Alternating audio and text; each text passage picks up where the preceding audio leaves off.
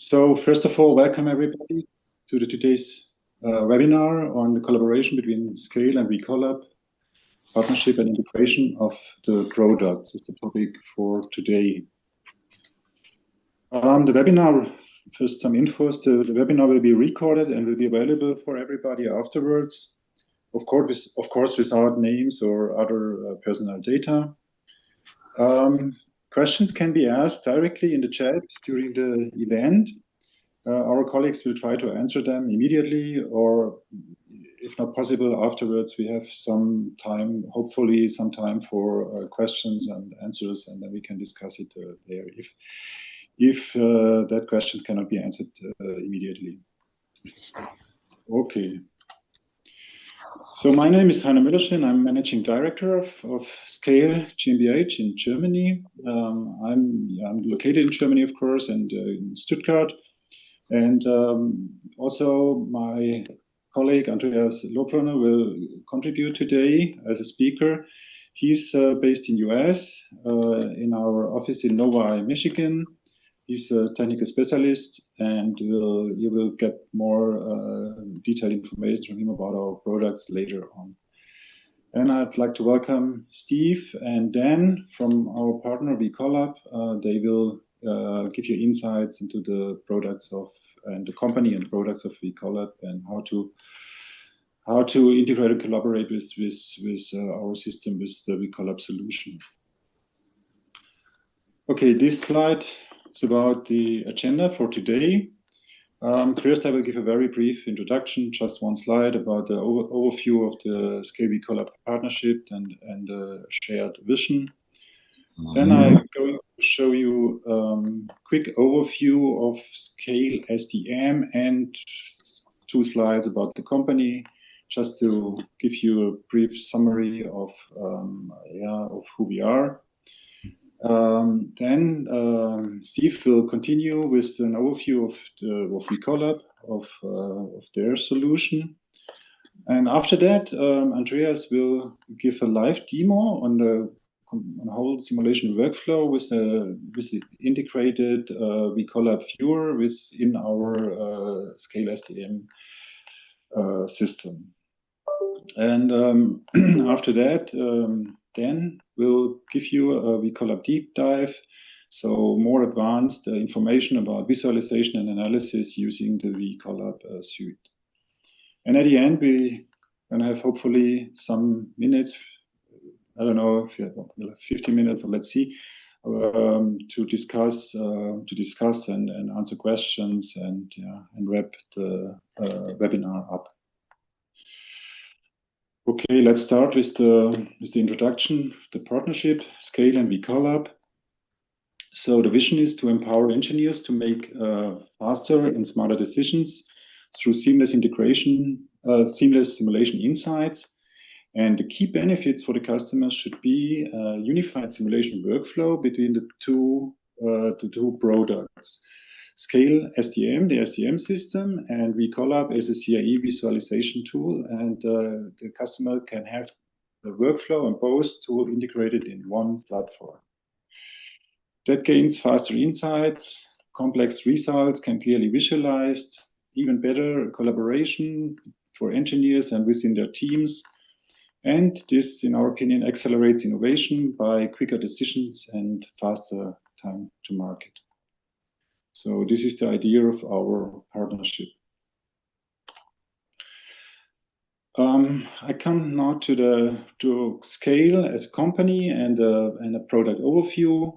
Just a very brief overview of the company, just 2 slides, and then I'm going to give you a very brief overview of the product SCALE.sdm. This slide is about the SCALE, the company. So SCALE has been founded in 2012 in Germany, Ingolstadt. Today we have 6 different locations in 4 in Germany and in US and in India. The US office is in Novi, Michigan, and there's something happens with the presentation. There's animation. Okay, I'll try to stop it. And in addition, we have several partners worldwide, one in US, ESA1 in US, and 3 partners in Asia, China, Japan, Korea. We have about 60 plus multinational IT professionals and CA engineers, and we have about 50 plus satisfied customers worldwide. Okay, let's go to the next slide. This gives you an overview of our the main automotive customers of SCALE.sdm that use SCALE.sdm. At the top, there are the OEMs and tier 1 companies. And as you see, there are quite well-known companies worldwide using our solution, and some of them with quite large installations of our system. In addition, suppliers and engineering service partners use our solution to elaborate their development processes with simulation data management. Okay, now I come to the product SCALE.sdm itself. What is covered with SCALE.sdm? SCALE.sdm is the name for the entire framework of the simulation data management framework. There are 3 different task areas, application fields. One of them is the model data management. We call this application just model. And within model, all the simulation components are managed. There is a very sophisticated version management, simulation, all the simulation input data, and even the workflow, scripts, libraries, everything can be managed within here. There are possibilities to search, filter for components. They can be assembled to a full model. They can even submit it to HPC or to any other compute resources.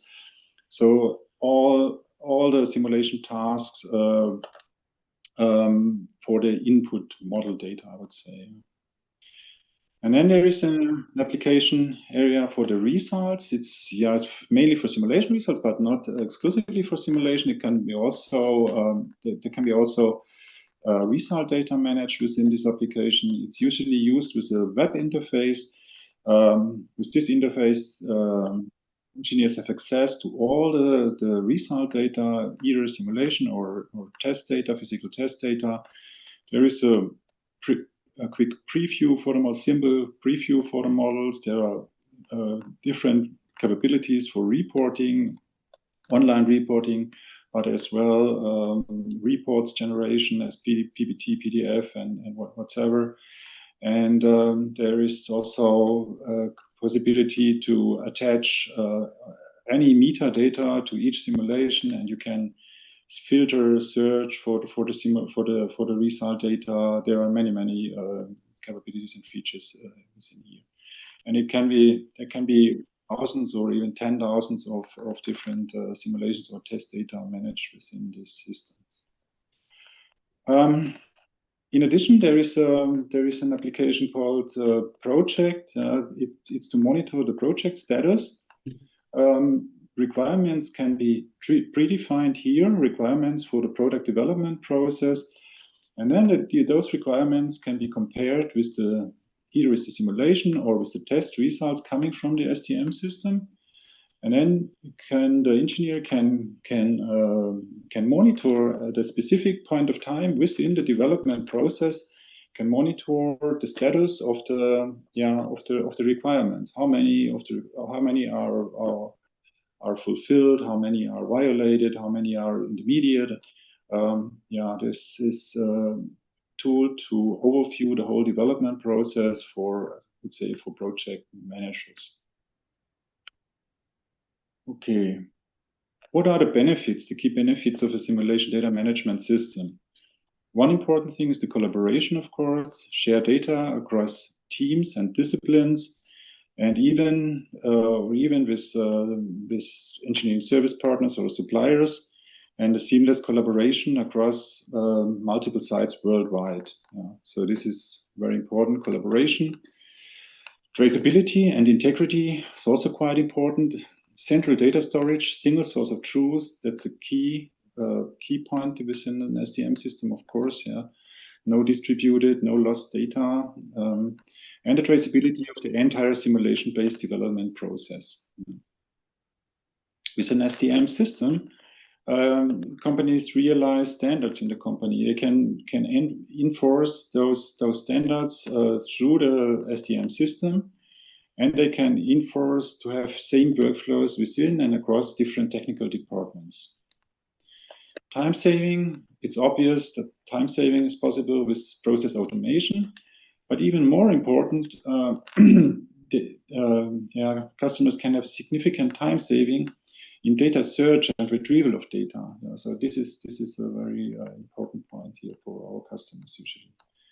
And last but not least, democratization and transparency means empowerment of team members and knowledge spreading, and transparency of workflows, project development, and the current work status. So this is also quite important. The next slide just illustrates one key benefit, general key benefit. So besides the engineering, the actual engineering, there are so many tasks usually in the CAE environment, like file handling, HPC, dealing with the HPC, storage, writes and roles, and whatever. So many things to take care of for the CAE engineer. And with an SDM system, the engineer can stay with the engineering and can focus on the engineering and can take take care all the other stuff by the simulation data management system, such as SCALE.sdm. So that's the idea. That's the main purpose of an SDM system. So this is already my last slide. So it's another benefit nowadays. Nowadays, especially important. SDM as a prerequisite for leveraging AI. So once you have the data standardized and centrally accessible, you are ready for using AI with your simulation or even with test data.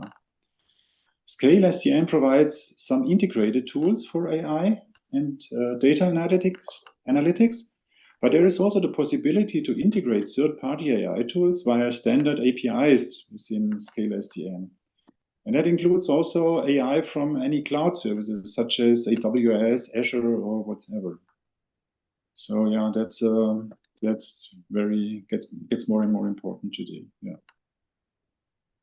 So with that, I'm already done with a quick overview. You get many more details later on SCALE.sdm by Andreas in the live team. Now I'm going to hand over to Steve. He will show you more about the VCollab solution. Thank you, Heiner, and good day to everyone.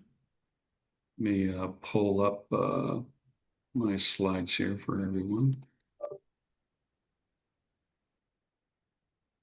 Okay, can everybody see this all right? Yeah, we can see it. Okay, excellent. All right, well, thank you again. VCollab is really, a company that is positioning themselves in the market as really the future of simulation results processing and decision making. And just a little bit about that. We talk to a lot of customers, and today they tell us that their typical end-to-end CAE process looks like this. From the CAD modeling all the way up to the point where some form of a native result file is created. Many of those processes have been either completely automated or highly optimized over the last couple of decades. But when it gets to post-processing the information, creating the slides that will then be presented in result reviews, and then after that, decisions made, then sharing those with other design stakeholders, that today is still highly manual. It's cut and paste from your post-processing environment into a static PowerPoint slide. Companies tell us that they know this is inefficient. They also tell us in the same breath that, every year they're asked to do 20 to 30% more simulation studies with the same amount of headcount, no additional resources. And this particular piece of the end-to-end process can really take hours to days for the analyst to complete. Of course, anything that is manual has the potential for human error. And of course, as the engineering companies are trying to move towards the digital thread, digitizing everything, this is really a process that still creates 2D analog documentation. So the end result that we hear from these customers as we talk to them about their as-is condition is that, just given all the work and the pressure to go faster, getting to the correct design decisions can just take too long, after those result files are created. And this is really where our rapid results review capabilities is bringing value to customers. And I'll show you this a little bit more in a couple of slides, and you'll see this in the demos later. But this capability really is helping companies replace that legacy process that I just showed you and move to a much more efficient way of getting to a decision so you can move the process forward. This is all built on top of our digital slides, again, which you're seeing in the demo, but these are completely 3D, completely live. You can do so much more with these digital slides as opposed to what you can do with PowerPoint. And just to show you a little bit more about what rapid results review can mean to you and how that works, after a native result file is created, we're going to help you automate the results processing and the identification of where failure is occurring or where it's not meeting the design specification. So we're going to take that process, that manual process that might have taken hours to days, down to an hour or less, in many cases 30 minutes or less. So tremendous time saving for the analyst. Once that is finished, the rapid results review process creates these digital slides that I mentioned. The analyst is then in a position to immediately present these 3D digital slides. And what that means is, as decision makers are looking at this presentation, if they have questions, the analyst can do whatever he needs to on that particular slide to get to a correct answer and a final decision. These digital slides are completely live, and that means that on the fly in real time, an analyst can do incremental post-processing if that's required to get to a point where the answers can be more obvious, as opposed to today with PowerPoint slides. If a question comes up, many times companies tell us, hey, look, the procedure is I need to go back, create a few more PowerPoint slides for you, and get back to you the following day. So this is a much more efficient way to present and get to decisions quicker. Once those decisions have been made, again, instead of sharing PowerPoint to CAD designers, suppliers, customers, the analyst can share 3D digital slides that are viewable in the browser. And this is one of the components that in the SCALE.sdm product that they have embedded. And again, you'll see this in the demo, but this allows somebody looking at these digital slides to completely interact with these and reduces the amount of questions going back to the analyst or requests for additional slides to be created. Can you show me that information, from this perspective? And again, this all really leads to faster design decisions by leveraging our rapid results review, or RRR, and our digital slide technology. Just a high level look at the workflow, how this works. We're going to take your native simulation results and I'll show you which ones we work with off the shelf here in just a second, or your CAD information. And the first step in this process, which is generally automated on your HPC, is we're going to convert that into our CAX file format. The big advantage of that is that it's on average 80 to 95% smaller than your typical native file. And once that's in place, the analyst then is able to employ rapid results review, you know, walk through that information very quickly, create those digital slides that I mentioned, move into, you know, an interactive review presentation with decision makers.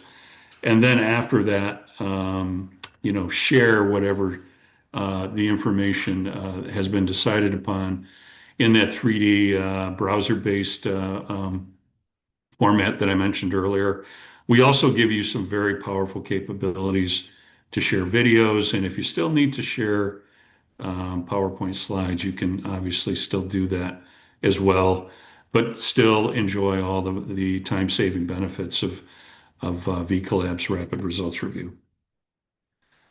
Just a quick look at you know, some of our customers around the world. You can see, you know, in the transportation or automotive space, many OEMs have begun to replace some of their standard processes with VCollab's rapid results review. Same thing in the tier one space. You can see many of the customers that are leveraging VCollab there as well. Not only in automotive, though, we have many big name companies you can see listed here on the right-hand side in some of the other verticals. Off the shelf, we work with most of the, you know, popular tools that you're likely using. In the structures area, you can see most of the big commercial tools that are leveraged throughout the various industries are supported already. Same with life or durability, many formats in the CFD space. You know, same for crash or impact. We support the Adams result format and multi-body dynamics. And if you also want to include any of your CAD information, we support the full Dassault suite, the full Siemens suite, including JT, PTC Autodesk, neutral file formats, and we're always adding new file formats. Recently adding support for electromagnetic tools you see listed here, Converge for battery chemistry applications for EVs, AVL Excite in the powertrain space, and then Romex in the gearbox driveline space. And if you're wondering, what could be the value of VCollab for my company? This is an interesting example of a new customer for us. They were a global tier one automotive supplier, had about 25 analysts spread around the US, Germany, and India, so different sites. And they calculated during their pilot that they would probably see a savings in excess of $600,000, based on a $70,000 annual license, investment. So the point being here is it's a very compelling return on your dollars, and it's very quick and rapid as well. This is a complex slide, but it's really meant to just kind of illustrate that VCollab can be completely integrated into the SCALE information or environment. As I mentioned earlier, the web browser or web viewer is already embedded in the SCALE.sdm tool or solution. But you can also very quickly integrate more of the capabilities of VCollab that I've just been talking about. I'll condense it down to this. We help companies really create SPDM-ready data. We automatically extract all the metadata from native result files for indexing within SCALE to help support search functions. So, any of the tools that we support, we'll automatically do this for you. Another significant benefit is that we can help you lightweight your result files. It's almost impossible to really store and manage native result files because they're so large. But with our lightweighting capabilities into the CAX file format I mentioned. It now becomes very practical to store those and archive those in the SCALE environment. We can also help you embed rapid results review into automated workflows, of course, that SCALE supports. And again, our web viewer is already there to help you with results visualization of these digital slides that we can help you create. And again, in the AI space, which of course is a really interesting area for many companies, we also have tools there too. We're AI technology agnostic. We work with all AI solutions. We've been approached by technology companies as well as customers to help them really create what I'll kind of loosely characterize as a pre and post processor for AI.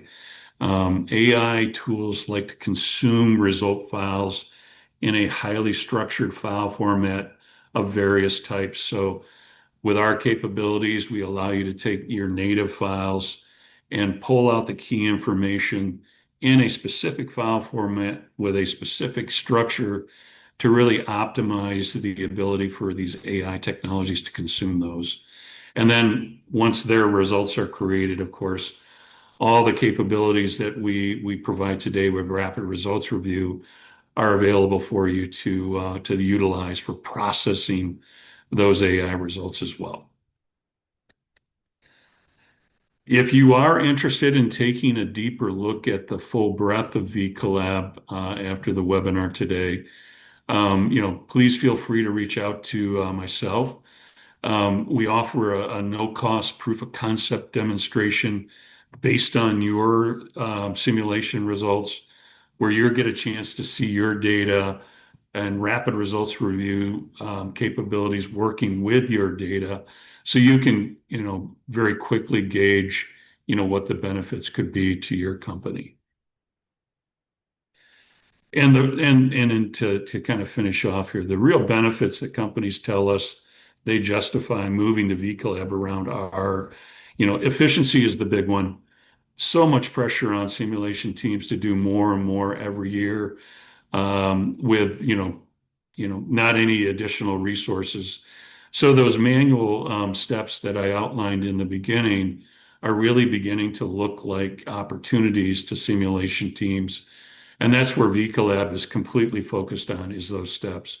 So helping you reduce the times required for analysts to go through that information, get to decisions, and move on is really where we're seeing a lot of value that we're being able to add to companies.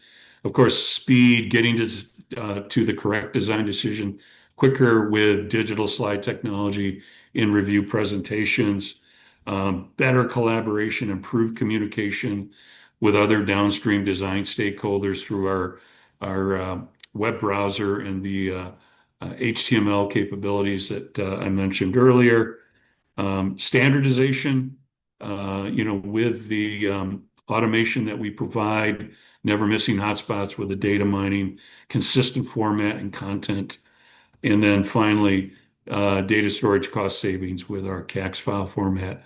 Again, storing information in SDM tools, result or native result files is really, impractical just because of their size. But with VCollab and our ability to take out the key information you need to save in a much, much smaller version of that file, it then becomes very practical.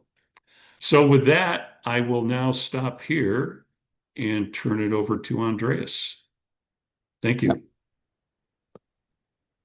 Yeah, thank you so much, Steve. Yeah, I will take over. Yeah, I'm Andreas Lobel. I'm SDM Technical Specialist in SCALE, working for SCALE for 2 years, and I'm located here in the US. And yeah, today I want to give you an overview about SCALE.sdm, give you a live demo, and I will start sharing my screen. All right, do you see something? So yes, we see it. We see it. Okay, perfect.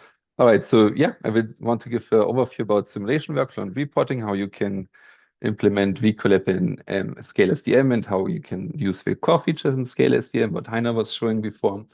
And yeah, we'll just go through the slides. I will stop my camera. Let's move this away. Okay, all right. So first I want to show how the workflow is. So first we want to do a model implementation. Here we have a small turbocharger model that we want to implement in SCALE.sdm. Then as soon as this is implemented, we want to submit a job. So here we just start one load case. This will be submitted to the HPC system. And then at the end, when the solving is done, we want to do the post-processing. Here's the VCollab. We will use VCollab. So we'll use the VCollab app to do the automatic processing and also manual post-processing to open the results. And then at the end, you can open the VCollab report and can have a look at your key results and look what you want to modify maybe. All right, there are two ways how you can use VCollab. One is manual, one is automatic. With manual, basically after the simulation is done in SCALE.sdm, you can open the VCollab Pro app. And then, so first vMoveCE creates the CAX file. That's basically the base file of VCollab. And then with the VCollab Pro app, you can create your slides, what you want to do. You can do a deep dive, look at the stresses or other key values that you want. And then can at the end create other VCollab format if you want, like WCAX or HTML, or also just keep it with CAX or HTML website format. And yeah, you can also do it automatic. So if you have a standard report that you always want for every load case that you have, then you can implement these scripts, like a Python script and a Bash script. You can implement this in the automatic post-processing of SCALE.sdm in the whole workflow that we have. So after solving, then the post-processing is triggered. We have the start script, then the CAX creation that creates the VCollab file. And then at the end, it will create the report. And then at the end, you have also in SCALE.sdm, again, CAX, WCAX, and HTML file.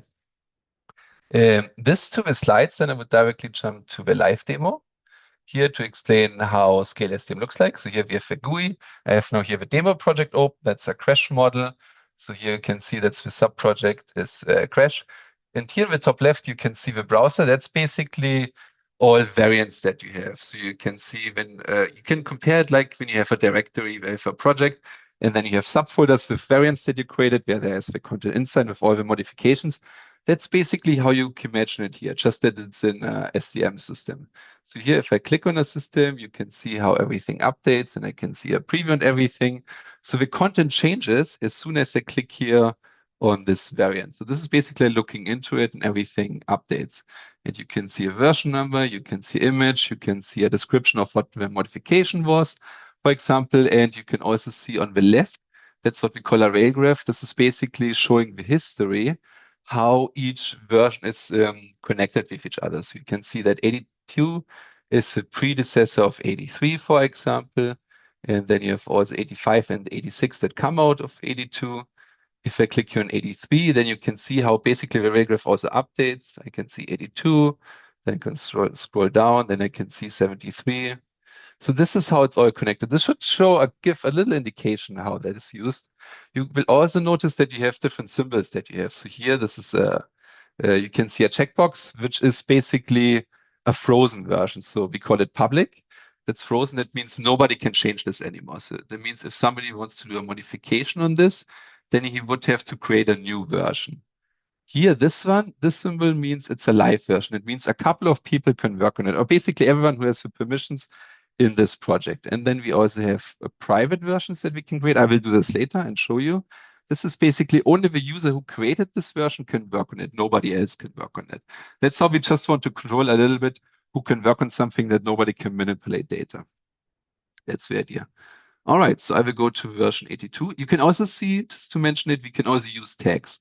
So for example, tags is just to let other people maybe know what is currently the reference model, what is a work in progress, what is maybe a testing.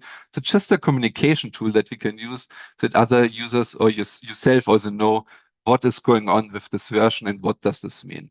How to do this? You can just click here on right click and then tags, and you can say reference. You can also do blocked, deprecated, obsolete. So something, if you don't want to use it anymore, that's also how you can block it for other people so that they don't use it. And here you can see R, so that's the reference. W, that's the work in progress that we have here. We stay here in the reference. All right, the second is then the group that we have here. That's basically looking into the pool version. What is the content of this? So here we have the libraries, and libraries is basically everything what you want to share maybe with other projects like, for example, barriers or materials. It's something you need all over different projects. So you want to share it. And for that, we mounted it as a support pool, how we call it, or as a sub pool. And that's how we can just mount it for this specific pool that we have here or for this project, and then we can use it. And as soon as I click on it, you can see how we send the updates. That means everything will be shown here, what is in this barrier. It's like when you think again about your directory, where you have your project, it's like going in a subfolder. That's how you can imagine it. You just go in the subfolder and then see, okay, this is the includes that are in this subfolder. Here you can see the materials that are implemented here. And you can add here a lot more things like also parameter tables. I don't want to go into detail of this. Let's just say that you can parameterize your model. Like, for example, if you want to move your barrier for different load cases in different X, Y, and Z positions, that's how you can do it. We can create parameter tables, and then for specific load cases or also regulations, for example, we can just move it around. Like here you see 400, 2000, 2100. So you can give different values so that automatically the barrier is positioned properly in your load case. You also can do math. So you can use other values that you have implemented in Formula and create then the end value at the end. So that's just high level. I just want to mention it, that this is all possible.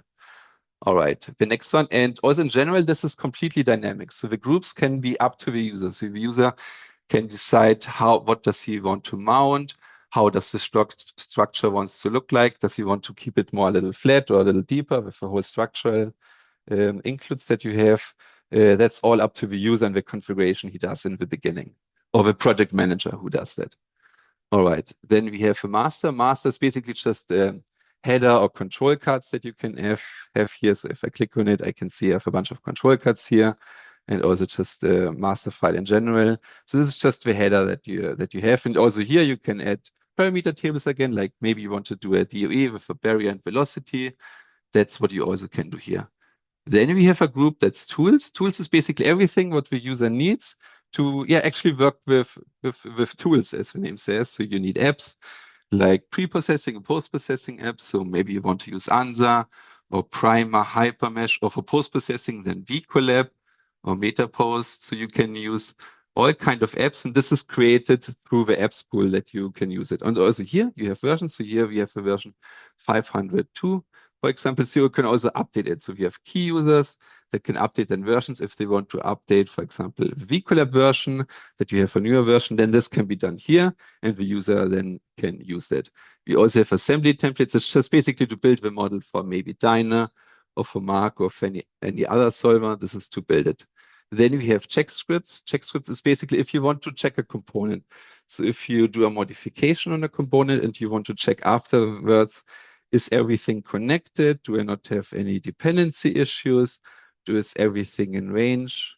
So check rigid body. So kind of post-processing scripts or post-edit scripts that you can do after you did a modification can run, and you can see then if all components are fine. And I can show later, give an example how that could look like.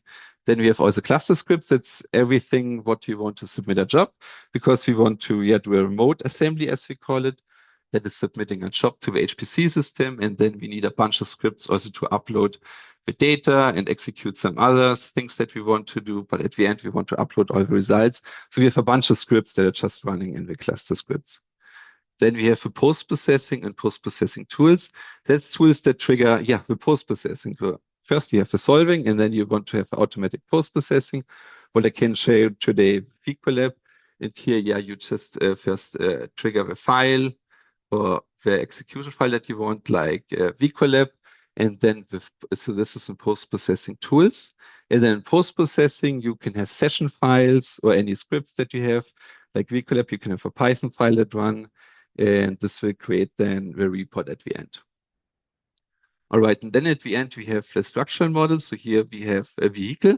This can also be called different, like solver files or project files. So it doesn't matter how you call this. This is, again, totally up to the user. And we also have here a specific structure that we defined that also can totally defined by the user. And we can, if we click in here, we see now the whole vehicle. So they're all structural includes that we have. If we click in body in white, then we only see body in white, doors and lids. So we can just switch. It's going again like in a subfolder, and then you see which components are in here. And now you can also see here, for example, the checkbox that I was mentioning before. So we can do user, or we can do checks after we modify something. And if I click here on this component, then I can see this. So here, this is a checkbox. So it means here the check was successful. We have a body invite and VH that was not successful that you can hear. Yeah, here this in the center, this is what we call the grid. So each row is basically one include, or it can be a script, so just an entity of the pool version that we have. And if we click on one, you can see that it updates here on the right. So this is some metadata that we have, like, for example, the history. So each component, it's basically every entity has a history. So like the components, the pool versions. If I click here again on the pool version, for example, I can see how the history updates again. If I click on body invite here on exterior, these are groups, and in the groups there are components that can change. So it means the group itself also changes. That means if I click on it, it will update here again.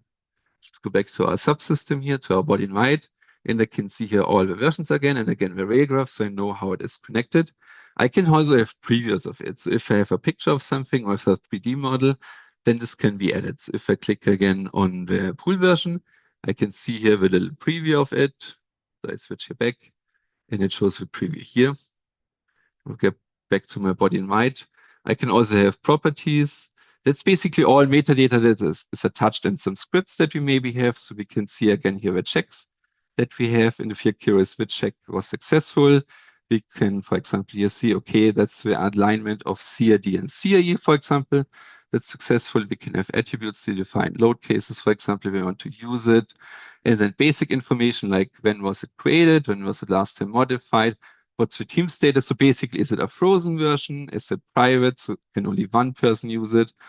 And also who's the user and some other information. We can also add things like a BOM, so we can see which parts are in there, which shell thickness, or which also material D. So this can all be added here with the BOM. All right, the last thing I want to show here in the GUI is then the runs. That's basically all load cases that you have. For example, for crash, you want to have different load cases like Richard Wall, ODB, front crash, side crash, so a bunch of different load cases. And these can be defined here.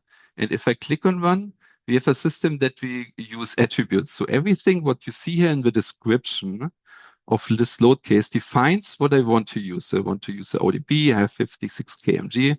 As the speed I want to use, I have a normal roof, left-hand driver. So these are all values that I can also give to the components to decide which component do I want to use. So maybe a good example is here the barriers. If I, for example, go here, I don't want to use every barrier that I have in the pool. I only want to use, in this case, the ODB barrier, the offset deformable barrier. And with the attributes that we have, we can define this. I will not go too much into detail how this works, but we can define a value so that the system all directly knows which component to use. So if I, for example, now switch here to rigid wall, then you will see, okay, now it will show the rigid wall. And yeah, that's how you can use that. If you want to submit a job, what you can do is, if you do want to first build it locally on your temp directory, you can just do here assemble locally. I will do this right now. And now I will do a local build that I can then open the model and have a look at it if everything looks fine. If I want to do a remote submit, I can just go here, assemble remotely. This would submit it to the HP system. Right now, I don't want to do it because we have our other small example model where we want to do that, but this is how you could do it. So one other thing I want to show is a different version how you can do history tracking, or just to see all the versions that you have. To do this, you can do right click here. You can go to show history, and you can do the same thing also with each component, for example. So every entity does have this history plot because everything has a history, and then we can open here the plot. So here you can see all the versions that we have to have a little better overview. In this case, it's only 90 pool versions that we have, but this can be a lot more. So for our customers, we have easily thousands. So it can be 10,000, 20,000. So it can be a huge pool of pool versions. You can also see the calendar week here and the year when it was created, if the project is going over a long time. And also you see all information again, like the image, like the description, like the pool version, who is the user who was created it, also all text again, like what's work in progress, and everything's on. And you can see how everything is connected with each other, and maybe also if something was merged. And you can use filters. If you say, okay, this is way too much for me, I just want to look for specific things or one user, we have filters that you can use. So for example, you can go here, you can say add rule, and then you can say owner. And then we go, for example, here with Let's go this person. We can apply filter. And then you can see only what this person was doing. So it's already a lot less. Then I can also filter for tags or anything else that I want. So if I want here to go to rule, I can go to tag. And then I can say, for example, work in progress. If I'm curious, what is the user working right now currently? So what can I take over very soon? Because he's my colleague and we are working there together. I can see, okay, this is what is the work in progress currently. All right. I can clear the filter again if I want to go back. And I can also, if I'm curious, what are the two differences between two versions that I have? That's what I also can do. So what I can do here is if I click, for example, on one pool version, you can see how you can see the preview again and just information on the right. If I click on another one, it will update it again. And if I click on two different ones, if I click here, and then right click and say compare versions, this is how you can compare each component that this pool version has. So this looks like a lot right now, but this only is because somebody updated the apps pool, for example, and other things. So it's just some support pools. So I will make them, close them a little bit. And I want to focus on the vehicles, on the structural includes that were changed. And here we can see, for example, the body in white was changed. That's what we also saw in the pool version description. You can see it changed from version 68 and pool version 73 to 74 and 81. And if I click here on the right, I can also see the history again. So this is how you can see also if you went vacation for 2 weeks and then you come back and you want to know what happened, what is the new reference, for example, what are the changes that are made for which components, that's how you can see that. All right, that's so far for the small introduction about the GUI to understand everything. Now we can go to a different model. Now we go to a turbocharger model, as I mentioned before. And here we already can see that it looks a lot different. So here, of course, we don't have so many pool versions. So I just started this one. And if I go here to groups, I can see that it looks a lot smaller. Here, you don't have vehicle. Now we call it solver file. So that's what I meant. It's up to the user how he wants to define it. And here, we have a very small model. So it's really just one include. That is the whole model. So you can have big models in SCALE.fdm, but you don't have to. You can also just have small models to just do the versioning, for example. And yeah, I would say let's do a modification. Let's go to our reference model. That here is the error. So that's our reference turbocharger. And now let's do a modification. We can do edit with. We open it with answer. This is where the apps pool comes in place. So here, what you saw, this is all implemented through the apps pool. And now we can open it. This is a mark file. So we'll just open it with mark. All right, good. We can close this. Then we can go here to mark. And I want to do a modification here because I noticed that the tube here on top is too thin. The stresses are too high, so I want to change that. And here I can do now meshing, and I can just do it in the live session here and then save it. And SCALE.sdm will recognize that this is a new version. Since it will take a little bit too long to do that, I have prepared one and I will load in this model, but I could do a live meshing, but it would just take too long. So I will just take a model that I have prepared. That is this one here. I will use this model. Okay, keep old. All right. Okay, the model is implemented. You can see now it is a little bit thicker, so it's about the double thickness. Now I want to save it.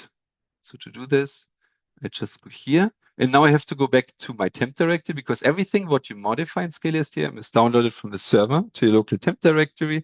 And if Scale sees that there was a change in the local temp directory of this model, here this is our base model, then it will update it. So that's what we do here. We want to update everything. We just go here with OK. We want to overwrite it. That is correct. Now we can close it. All right, we go back to Scale.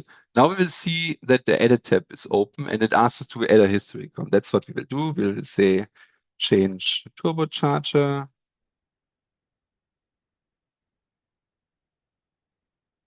Change turbocharger. So we just give it a history comment. Then we can click apply. And now we can see what happened because it was a frozen version. So it had the checkbox on. That means nobody can change it. Since I want to do a modification, now I have a private version. This is the symbol for private version. That means only I can work on it. Nobody else has access to it. So only I can do modifications. And this is now in bold. That means here was a change. And I can see here, if I click on it, I can see change turbocharger. So here I did my modification. And yeah, now I've implemented the new model and now I can start it. Now I can submit a job. So if I go here, I can right click and I can say assemble remotely. Now we'll submit it to the HPC system and run my job. You will also see how it pops up now assembled runs. That means here the system knows I started a job and I can see here, this is when I started it. So that's what I can see. And I can see here, I start now submitting it. So what I did, because I can't do a whole solving in the webinar, it's just taking too long. So what I did is I did a pre-run for this and I'm just pulling right now the simulation results. So basically the solving is skipped. I do a fake simulation because I want to focus right now on the post-processing. I want to see how I can implement VCollab, that I can create the report automatically, and to save time, I just skipped the solving stage, so it's just pulling the data. All right.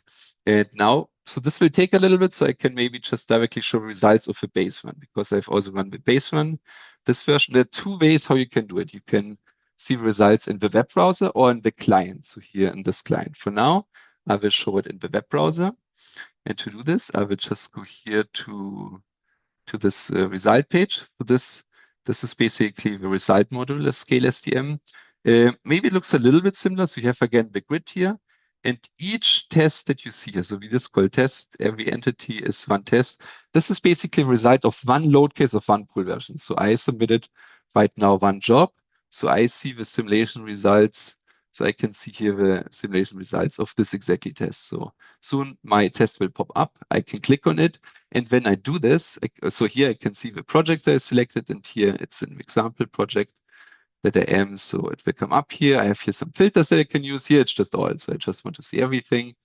And if I click on one test, you can see here these attachments that are updated. So based on what I click on it, it's basically I see the metadata, all data that is attached to this test for the simulation results.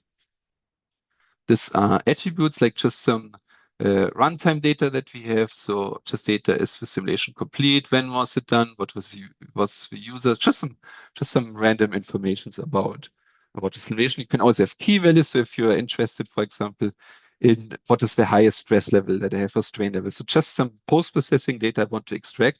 You can add this as key values here. And this can also be shown here in the grid. So I don't have any values here, but I could add here something like an Excel list that you can have, and then you can filter for stuff, because you can have here, you can filter for stuff. So if you have values, you can search for the lowest stress level that you have with one version to find your best simulation result. For example, you can also attach photos and videos. Don't want to go into detail right now to that. We have the documents, so that's now what we want to focus on, because in the documents I can have a simulation files or the result files like I have, like a ODP file or a T16 file or a Steiner file, whatever I have as a solver. And here you can see I have not uploaded this one, but I've uploaded the KEX and the WKEX report. So this is basically what comes out of VCollab when I do the automatic post-processing, and I can open it here. To do this, I just go here and right-click. I go here with Open VCollab Viewer. And now it will, will open the model. It's loading a little bit, the report. So it's now we're fetching the data from the server, opening it, and here now you can see the report. You can also increase it a little bit, or you can also maximize it if you want to see more. And this is not really only PowerPoint slides. As Steve mentioned before, this is actually a 3D model. So you can move it around, you can zoom in, you can zoom out, you can move it like this. You can also do explosion view if you want. So if you want to see all the details, you can move that out for the original state, then the end state, for example. So there's a bunch of different things that you can do. And we can also go then just to the next slides, because there are a couple of slides where we then can have a look at the model. So here it's just the geometry. Then we can see the contact status. Also here we can look around. Stress level, you also see a graph that is implemented. And also elastic strain that you can see here. You can also play, I think, the animation if you want to see how it's developing. So you can see that. And then later on, or very soon, we'll show that in way more detail. So I just show roughly what is possible, but then we'll then do a deep dive of everything what is possible with VCollab. I'll just go through the slides here. You can also show all mode shapes that we have. So if you're interested in the first 5 modes, for example, or 10 modes. You can see them here. You can move around again. You can zoom in just to see all the modes. You see here a value of it. And then you can just go through all the modes that you have. I will just go through it right now. And then you also see at the end a table that you can add just to have a summary of everything. All right. And that's what we also want to have now with our new model. And I can see it already came up because we created before, when I look, we have created the version 7. And now if I go here, I can see that our report is also created. So here our test went through, and also here we can see the WCAX format and the CAX format. So the question is now, how did this work? So what happened is here, I can maybe update this, that we can see what is happening. Okay, here it's not run through yet completely, but basically we can already see the results. So I think it will update very soon. But we have implemented some scripts here. So we go again to our tools that I was mentioning before, the post-processing tools.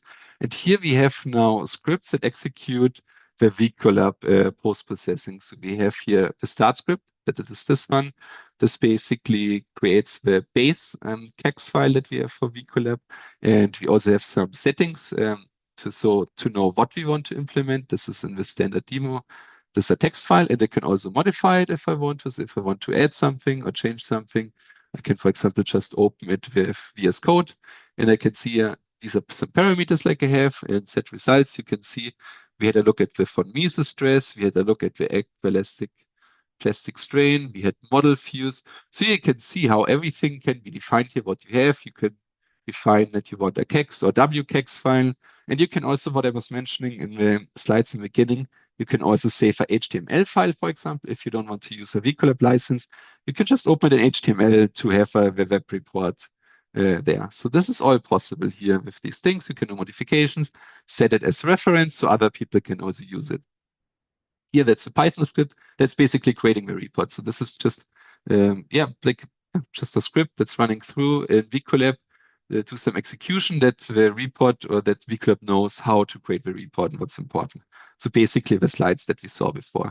And this is running through when I submit this job. So I can see the different stages here in my job. First, I have a model assembly. So it's building the model that I want to submit to the HPC system, adds the parameters that I maybe have, like I showed before with barrier position. Okay, I don't have here barrier position, but this could be added here, or some other parameters. Then I have the solving that is happening in the HPC system. And as I said here, it's a fake simulation. That's what you can see here. It was successful, job was completed. And then at the end, I have here the post-processing. So it is first scheduled. Then it also gets a job ID. So you can look for it in the cluster. And I can just update the view. If it's updating, I think every 30 seconds. But if you want it just right now, you can just do a right click and then update here. And then we can have a look in the post-processing. So here we can see the different stages of the post-processing that we have. We have in the beginning the VCollab report creation that was successful. So we see here a green checkbox. So the scripts are working fine. And we can have a look at the report. We see the overall process status is green. So everything was good. Upload ISOME. That means all the data was uploaded, like the CAX and VCAX report, and then move to storage, meaning moving to the server, to the backend, so that we can see the results then in the result model like we did. And yeah, now I can maybe show the second way how you can see results. That's not only web browser, but also in the client. And I can just, if I say I only want to see results right now, what I submitted, what I can do is I can go to my job that I have here. This is the job that I just submitted. And I want to see now the CAX report of it. I can just right click here. I can say show run results. Then it will only open the single test. So now it will not go to the whole overview of all the tests that I have. It really just goes to the one test. But maybe it looks a little bit familiar because, again, you can see the attributes, photos, videos, documents. So basically attachments that we saw before, because right now we only want to focus on the single one, the single test. And if I go here to documents, I can see that I have the WCAX and CAX reporter here again. And also here can use open with VCollab Viewer. And if I want to now do a deep dive, so if I'm saying I have my report, that's nice, but I want to look a little closer what's happening, or I want to do some other analysis, that's when I can use VCollab Pro. And VCollab Pro, you can start here with the client. To do this, we can just go here with open with external app.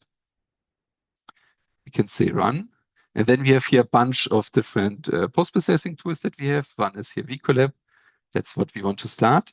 And now it will download the data. So right now it will download the CACs report that we have. So maybe this will take a while. This can also be solved different. Right now I decided to upload the CACs report to the server.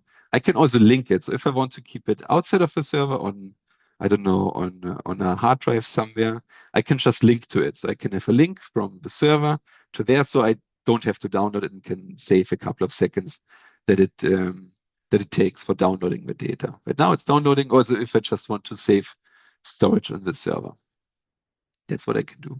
All right, it's downloading it, and as soon as it's downloaded on my local hard drive, then I can see how it is opening here. Now I can just do the deep dive that I want to do and do my whole analysis.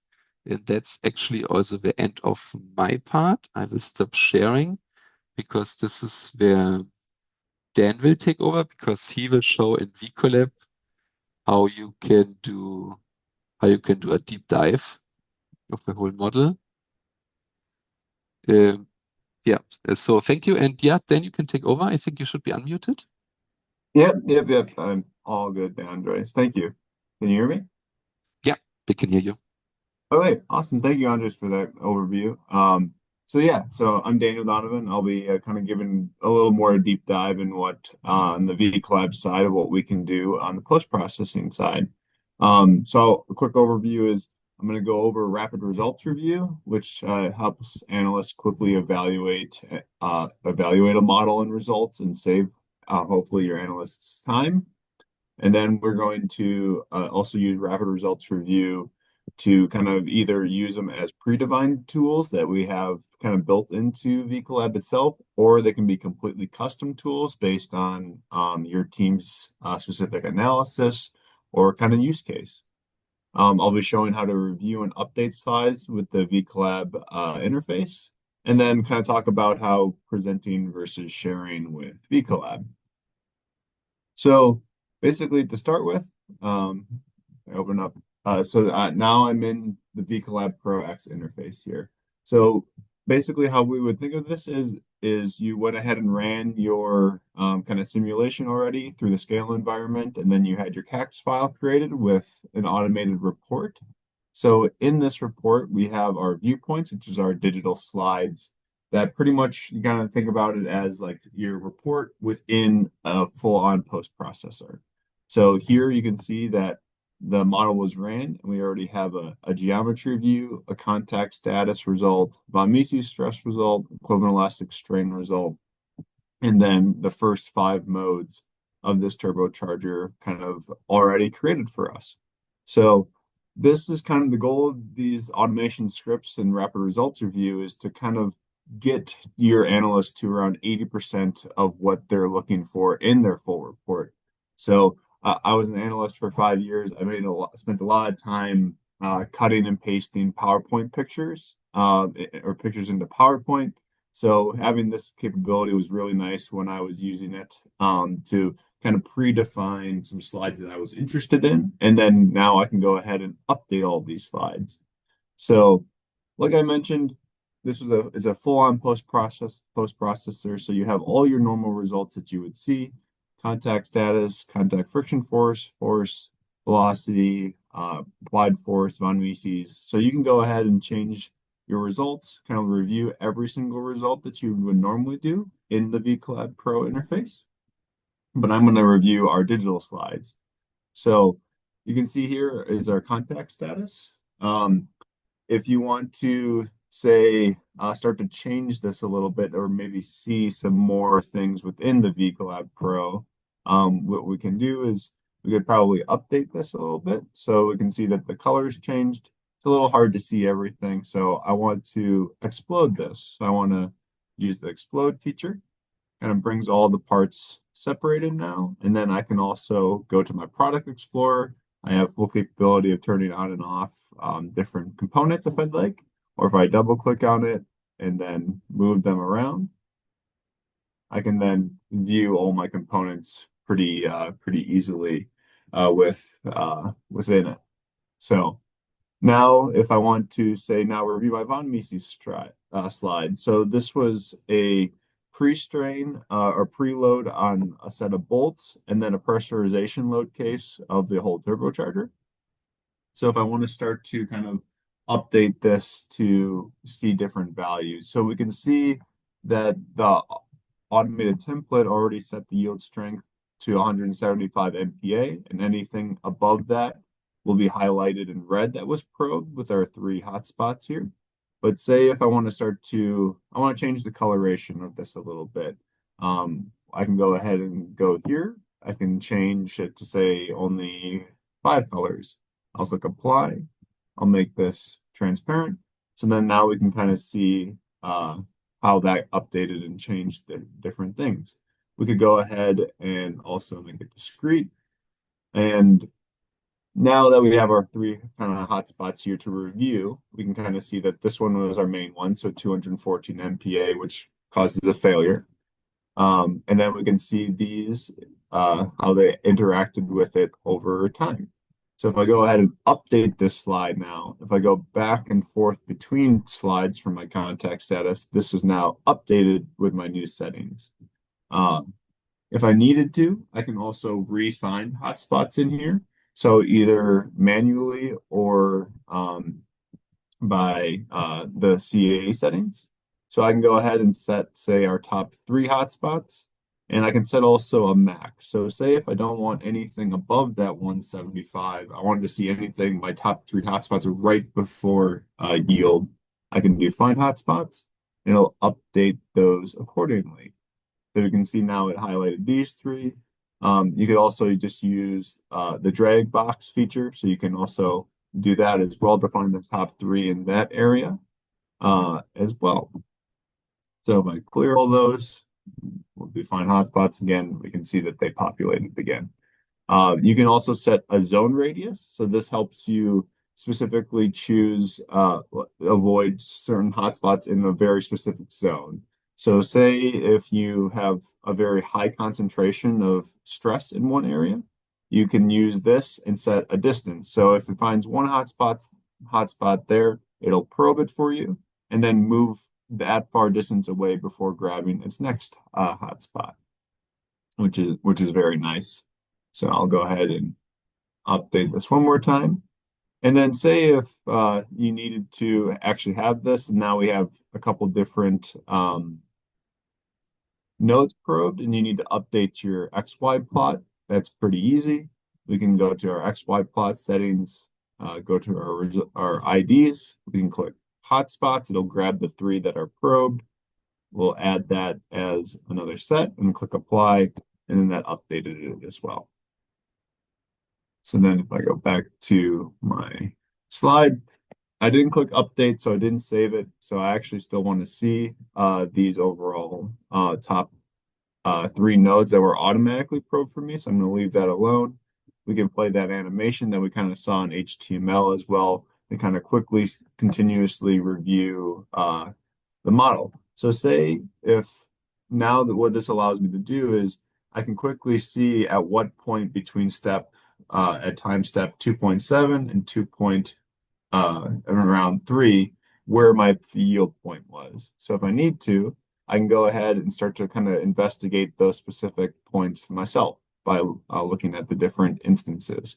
So this is kind of where, say, if you were ready to kind of present this, we kind of define presenting versus sharing in VCollab, whereas a CA analyst would hopefully create these digital slides that we have here to then present in, say, like a design review. So in the design review, you can go ahead, look at everything, rotate it. You have all this in a very fast format. So if any questions are asked, you can quickly answer those by just quickly investigating results or changing results. All these digital slides, you can continuously add to them. So say if you want a completely different result with all the different parts on here. So if I start to then click add, we can add a new digital slide here. So let's do von Mises, all parts. I'll click OK. So now I have this slide. So I can move it to wherever I'd want in my digital slide deck here.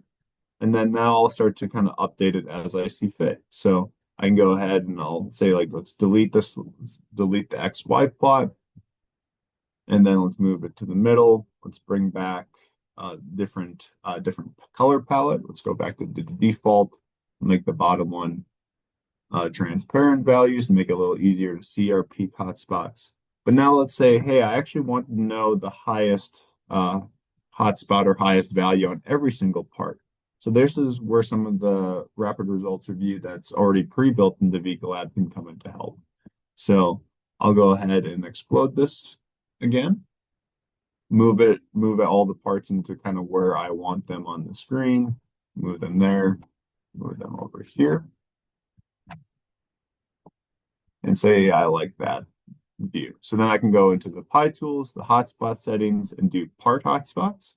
I click that, you can kind of see live that it went ahead and probed the top hotspots of every single component I have here. So now I have the overall view of all of them. And then I can continue to do that for hotspots and then do a table. So hotspots table, a little GUI dialog will pop up, ask you a couple questions and set some parameters here. So I'll include the node ID in mine, click OK, and we can see here now that every single hotspot that was currently kind of viewed was now in a table format for me on what part and then ranked from highest to lowest. So now, since I created this slide and clicked update, this is now a part of my overall slide deck that I'm ready to either present or then share at any time. One last thing I'd like to show is sometimes you want to mask certain areas to avoid hotspots. Quite a lot of customers use it with the contact status because they know there's a lot of interaction between meshes here. So usually that creates some false areas. So if you want to mask all of these areas, what we can do is called using the node set manager, and we can do it from result range. So from here, we can set a minimum, say 0.1, and it'll get all the values above that. So you can see that all these values are now highlighted. We can then go ahead and create a node set for them. So let's say contact status mask, click create. And then in our manager, we can see that they're here. So we can go ahead and say no result for those, and we'll call that in, and then hotspot mask. So if we were to go ahead and run our probing that I showed earlier, none of those specific components will be, I change it back to default as well. You can kind of see it a little bit better. You can kind of see that all those, and the no result should be great.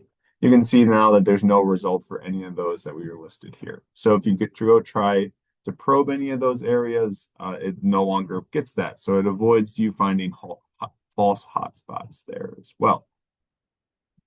So now I'm ready to share this, and I have my slide deck ready for kind of whoever I need to. All I can do is share in our digital format versus PowerPoint. So I just do File, Export, 3D CAX file. I'll save it. I'll overwrite the existing one. You can kind of see here now I went through each of my digital slides, and then I'll go ahead and open this one and save. So got this successfully saved notification. And now I can see here, I have it just open in Google Chrome. So here I have like all my viewpoints that I kind of created, the geometry view, contact status, the overall updated yield strength. And all these slides are kind of what Andres mentioned are completely digital. So you can fully rotate them around, review, like look into each setting yourself. Say if you were actually curious of what a certain value is on the component, we actually have a probing feature in the HTML file.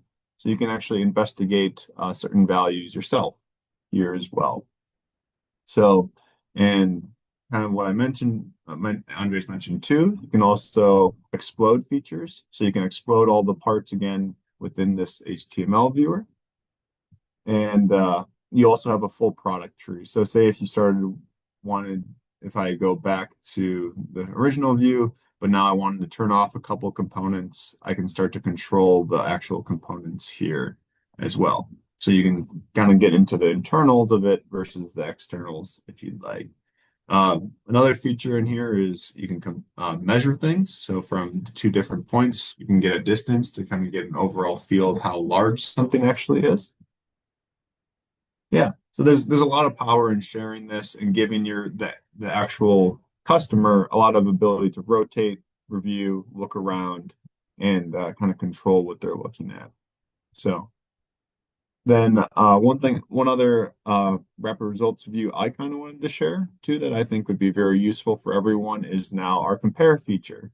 So basically, I have a version 2 of the turbocharger here that Andres kind of showed. I'll go ahead and then make it a little more visible.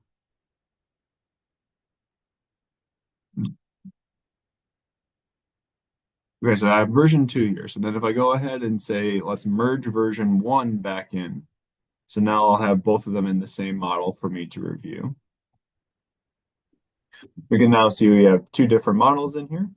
If I go ahead and move this one to the side to make it a little easier to see, we can see the overall difference between the two just by visually. And if I go ahead and change that to combine, then we have one constant kind of CA graph here.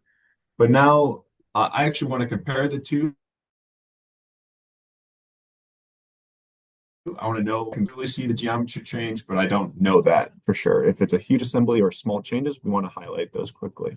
So if I bring out those 2 components back together and run this compare report, we can kind of see here that it starts to kind of create some slides and analyze the 2 models within one report. So now if we here give it one more second here as it finishes, we now have our digital slide report here with the 2 models now compared. So the first slide is the compared geometry. I can go ahead and pull the 2 assemblies apart again. And then now we have a CA contour plot of the overall deviation between version 1 and version 2. So you can see all the highlighted red that this is all different compared to the original model. So we can compare not only geometry, but also results. So then we define the von Mises stress comparison between the 2. So now it finds the points most similar to each other or in similar locations and probes those hotspots for you. So you can then start to compare and see how does it from design 1 to design 2, how the von Mises stress changed, how the displacement changed between each of the 2 models. And if you wanted to kind of do the deeper dive, you have individual slides for each design. So for contact status, displacement, von Mises for design 2, and then contact status, displacement, and von Mises for design 1. But once again, those are just the predefined ones based on the template. If you want to start to look at or add different results, you still have all the results from the model in the results tab. So you can go and kind of change it to say contact friction force or normal contact force, and then all your different time steps. So all of these values are still here, and you have the ability to then compare the 2 and kind of show them as you would like. So we could even update this from von Mises stress to displacement. So then you can look at the displacement between the 2 differences. So everything that I showed can be automated into a desired template that you'd like, but I just wanted to show all the manual things that can be done as well. So the goal is to get your analyst around 80% of the way there, like I mentioned before, and then touch up the report to see how they see fit. Say even if they wanted to add a note for like the engineer to say, look here. We can attach that, click add, and then we'll move that around. So then you can kind of give notes, show your user or whoever digesting your report kind of some more info to kind of be able to make their own decisions and review it as they like. Yeah, so that was I'll stop sharing now. That was kind of a crash course in kind of how a deep dive into the VCollab user interface and all the things that we can do. We do a lot of custom scripts. So if you have a very specific use case and want automation for it, we happy to work with you and kind of work together to get you to what you need. Okay. Thank you. Thank you so much, Dan. Yeah. Yeah, we're still quite good on schedule. We still have time for questions. Are there any questions from participants? No? If this is not a case, so yeah, you probably know how to reach out to us. Oh yeah, that's a good slide. Thank you, Andreas. Sure.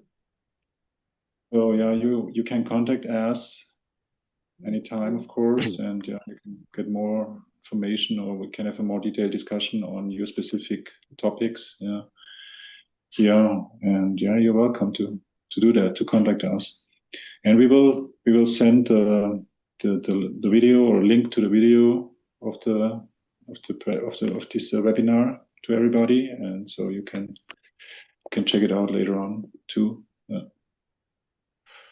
Okay, if there are no questions, I would like to thank to everybody for joining the webinar, the event, and I hope you got some useful information, useful gains, and wish everybody a good day.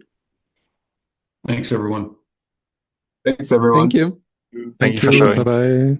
Thank you. Bye. Bye. Bye.